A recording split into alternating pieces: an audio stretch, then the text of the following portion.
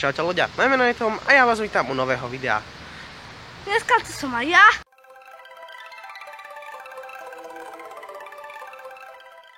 Eďak. Áno, je to so mnou Eďak a po ozaj dlhej dobe tu máme opäť zostri z dňa. Naposledy sme mali s Klaxonom, čo bolo začiatkom prázdnin, takže máte na neho kartu, môžete si pozrieť.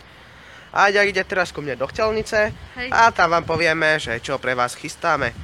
Tak ľudia, sme v Chtelnici, nástup som zabudol natočiť a Eďak si už kúpil nejaký taký druhý obed. Je to strašná zima, ty koko, však to tu jak na Sibíri, keď sme boli. Áno, je to tu jak na Sibíri, že vraj, no a už vám poviem, Eďak sem došiel, natočíme nejaké videá.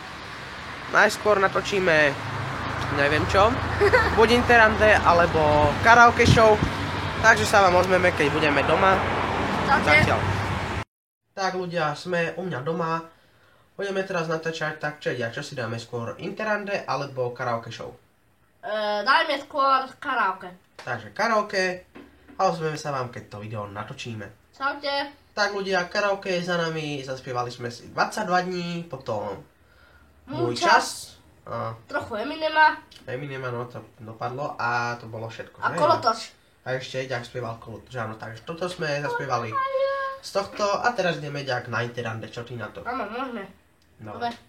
Čaute. Tak ľudia, Interande je za nami a čo natočíme? OMSI alebo Farming Simulator? OMSI. Takže pôjdeme na OMSI, asi by sme šli s ružovým autobusom, takže ozveme sa vám, keď natočíme pár nejakých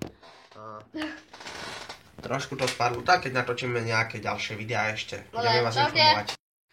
Tak ľudia, my už sme donatáčali, môžeme vidieť, že už je trošičku aj tma, tam na nás čeká pes susedov.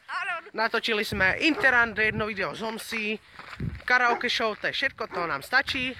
A Eďak už ide teda domov, idem ho odprevadiť na autobus, idem aj s ním do Piešťan, pôjdem potom naspäť, takže pokiaľ sa vám tento zostrih páčil, zanechajte like, ja sa s vami lúčim a čaute. Čaute.